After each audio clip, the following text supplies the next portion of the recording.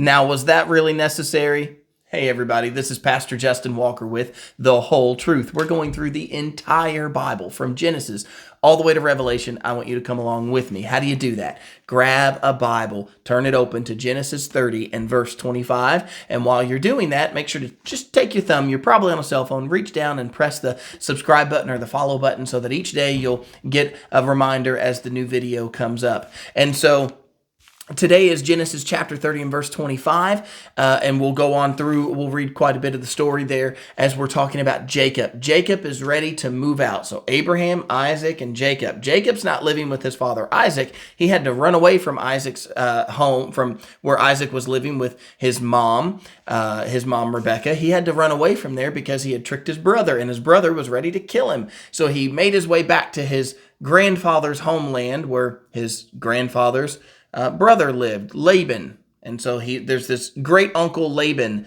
that is in the land, and he married Laban's daughters. But of course, you remember the story, how Laban tricked Jacob, not just to marry Rachel, but also to marry Leah, his daughter. And the reason Laban did that was because Laban wanted Jacob to work for him for more time. Jacob had agreed to work for Laban for 7 years for a girl named Rachel, a woman named Rachel.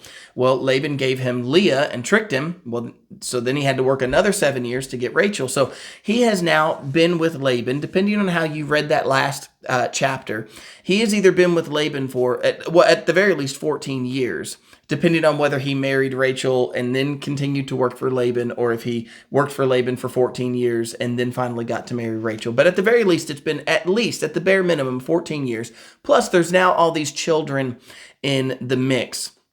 And so here's Jacob with 10 sons, about to be an 11th son, as we'll read here in just a moment, plus a daughter. He has 4 wives now. Not that we're condoning that, but that's what he has. He has Leah, Rachel, and then he married their 2 handmaids, Bilhah and Zilpah. And so he's got 4 wives, about to be 11 sons, and 1 daughter, and he's ready to move out from Laban's house. That's what Laban wanted all along, was for Jacob to stay. So read the story with me. This is Genesis 30 and verse 25. And it came to pass when Rachel had borne Joseph that Jacob said to Laban, "Send me away that I may go to my country," to my place and to my country.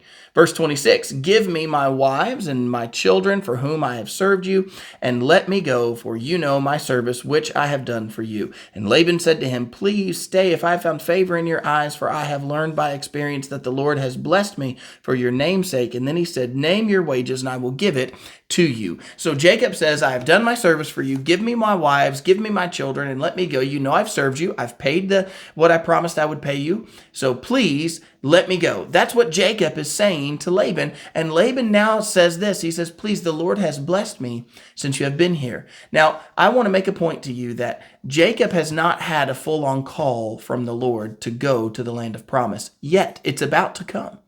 And yet Jacob is having this feeling inside of him. He's ready to move out. We're not given any specific reason other than he's ready to move out. When should he start to provide for his own family? That's what he's about to say. Listen, this is what he says in verse 29. So Jacob said to him, "You know how I have served you, and how your how your livestock has been with me. For what you had before I came was little, and it has increased to a great amount.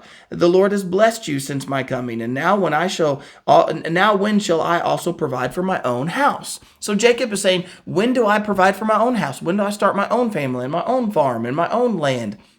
He has all these wives and children.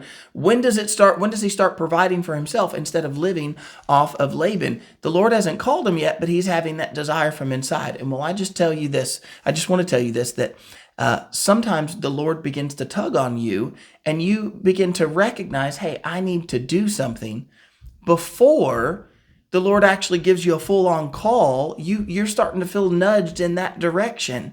And you're starting to look at your life and say, hey, you know what? Things are matching up here. I know I've seen this happen many times with those who might be looking at a mission trip. They're wondering, all of a sudden they start thinking, should I go on a mission trip? Should I go on a mission trip? Maybe I should do a mission. I talked with a woman just the other day who said that it's been on her mind earlier in this year that maybe this year she should do a mission trip. And sure enough, here in the middle of country being shut down and states being shut down and all of this other mess going on, she ended up getting a personal invitation from a friend to go on a kind of a dinner type of informational meeting about a foreign mission, medical mission in the name of Christ. And it didn't take but 10 minutes in that meeting for this woman to realize that the Lord was calling her to go on a mission. And sometimes it's a little hard to describe, to understand when the Lord calls you. But know this, if he's beginning to draw you to something, maybe you should listen to him. Jacob is ready to move out. It's a feeling that's inside of him, but it's not a full-on call. God will do that here in a little bit. He'll give him a call to go to the land of promise, just like Abraham had done. And so Jacob doesn't have that call in his life yet, but he does feel the tug. Well, look at this in verse 31. So he said, what shall I give you? And Jacob said, you shall not give me anything. If you will do this thing for me, I will again feed and keep your flocks. Let me pass through all the flock today, removing there all the speckled and spotted sheep, and the brown ones among the lambs, and the spotted and the speckled among the goats. And these shall be my wages. Okay, so Laban says, name your price. What do you want? And Jacob goes, look, I don't want anything for what I've already done, but I tell you what I want. I'll serve you for a little longer if we can do this.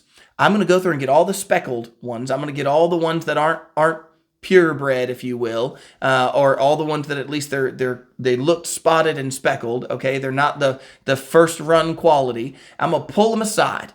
Okay, I'm gonna pull all of those aside, and then so all we're gonna have is good, clean cattle and goats and sheep, pure in color over here. Okay. And then from this point forward, I'll keep your flocks. But anything that comes up speckled or spotted, that's going to be mine. And I'll continue to work for you for some time. But that's how I'm going to get some wages to move out on my own. All right, so look. And then he says in verse 33, so my righteousness will answer for me in time to come when the subject of my wages comes before you. Everyone that is not speckled and spotted among the goats and brown among the lambs will be considered stolen if it is with me. And Laban said, oh, that it were according to your word. Laban likes this idea.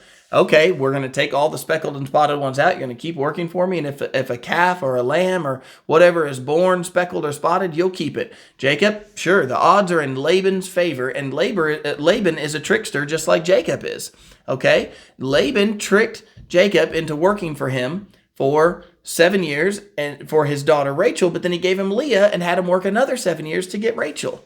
So he had to work 14 years instead of 7 to get the woman that he wanted to marry. Well, look at this in verse 34. Laban said, oh, that it was according to your word. So he removed that day the male goats and the speckled and all the spotted and the female goats that were speckled and spotted, every one that had some white in it, and all the brown ones among the lambs, and gave them into the hand of his sons. And then he said, then he put 3 days' journey between himself and Jacob and fed the rest of Laban's flocks. Okay, so there's a 3 days journey. In other words, these animals can't be breeding. There's 3 days in between them. Okay, Jacob puts his spotted ones over here. Laban's got his good clean ones over here. Jacob continues to take care of the clean ones, but if one is born that's spotted or speckled, it goes 3 days that direction, and Jacob's sons are going to take care of it. I hope you understand the story. Verse 31. Now Jacob took for himself rods of green poplar, of the almond and chestnut trees, peeled white strips into them, exposed the white which was in the rods, and the rods which he had peeled he set before the flocks in the gutters, in the watering troughs, where the flocks came to drink, so that they could conceive when they came to drink. And so the flocks conceived before the rods, and the flocks brought forth streaked, speckled, and spotted. And then Jacob separated the lambs and made the flocks face toward the streaked, and all the brown in the flock of Laban he put his own flocks. He put his own flocks by themselves, and did not put them with Laban's flock. And it came to pass, whenever the stronger livestock conceived, that Jacob placed the rods before the eyes of the livestock in the gutters, that they might conceive among the rods. But when the flocks were feeble, he did not put them in, so the feebler were Laban's, and the stronger Jacob's. And thus the man became exceedingly prosperous, and had large flocks, female and male servants, camels, and donkeys. Oh my goodness. Now, first of all, I will just tell you plainly that there is no scientific basis whatsoever for what Jacob has done. Jacob took these rods of the almond trees and the chestnut trees. He peeled white strips into the sticks, and he took those sticks that had peeled, so the sticks themselves are striped of white and bark, and then he puts it down into the watering troughs. And whenever the stronger cattle or the stronger animals were drinking, he put those rods in there, and then the animals would mate there by the watering troughs. And whenever he did that, then the animals that were born were speckled and spotted. Now, whenever there were the weaker animals of Laban's, he took the sticks out so that those ones would stay clean looking. Now, anyone would tell you, anyone who knows about flocks would say there's no scientific proof to say that that works, that that would make a spotted or a speckled or a marked animal, marked by different colors. There's no science behind that whatsoever. However, I would say this to you. It worked. So pragmatically, what he did worked. It didn't, it's not as if he put the rods in and it didn't work. He put the rods in and it seemed to be working. And all the weaker ones that were solid in color were weaker. And he put them over there with Laban's. And then he took all the stronger ones and they were spotted and speckled and he put them over there with his own. And so he had a whole bunch. And now Laban's number is dwindling and dwindling and dwindling. They're getting weaker and weaker and weaker. And Jacob's are getting stronger. And Jacob's are getting better, and Jacob's, it's getting bigger, and he's got a lot of them. And so what he did worked. But here's what I want to ask you. Was what he did necessary? Was the Lord not going to take care of Jacob? Had the Lord not blessed Abraham? Had the Lord not taken care of Isaac? And now here's Jacob. Did Jacob need to do this? No. Some people would equate it to pure superstition and say it had nothing to do with anything at all that Jacob was doing. I don't know that that's true. I think that, they were very smart back then. They knew about their craft and they knew about their work. And so I think Jacob was very smart. But I also know that Jacob was a trickster.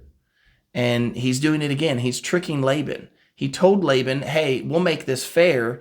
I'll give you all the solid ones. I'll take all the speckled ones, and we'll make sure they're not intermingling between the two. But then he kept doing this thing with the sticks to make spotted and speckled lambs. And so whether or not what he did was actually working, or if it was just the Lord blessing him and these sticks had nothing to do with any of it, the point is that Jacob didn't need to do this for the Lord to take care of him. We don't see anywhere where God instructed him to peel the sticks and to put the sticks in the water. God didn't tell him to do that because he didn't need to. Jacob was in God's hands, and God was going to take care of Jacob just the way that he was supposed to be taken care of, regardless of what Jacob did. So now Jacob's going to have to deal with Laban in the next chapter. He's going to have to deal with Laban for what he's done with these sticks by putting these sticks in the water. It's not going to look pretty as Jacob finally tries to move out because he's pre-upset Laban, and he's angered Laban with what he's done. And so now when he goes to move out, Laban's not going to be happy with him. And so all I'm simply saying to you is this. You don't need to intermingle in everything. Sometimes simply just rest and trust in what the Lord is doing and know that he's got you, and you don't have to always take matters into your own hands. All right, everybody, I hope you enjoyed today's video, and I'll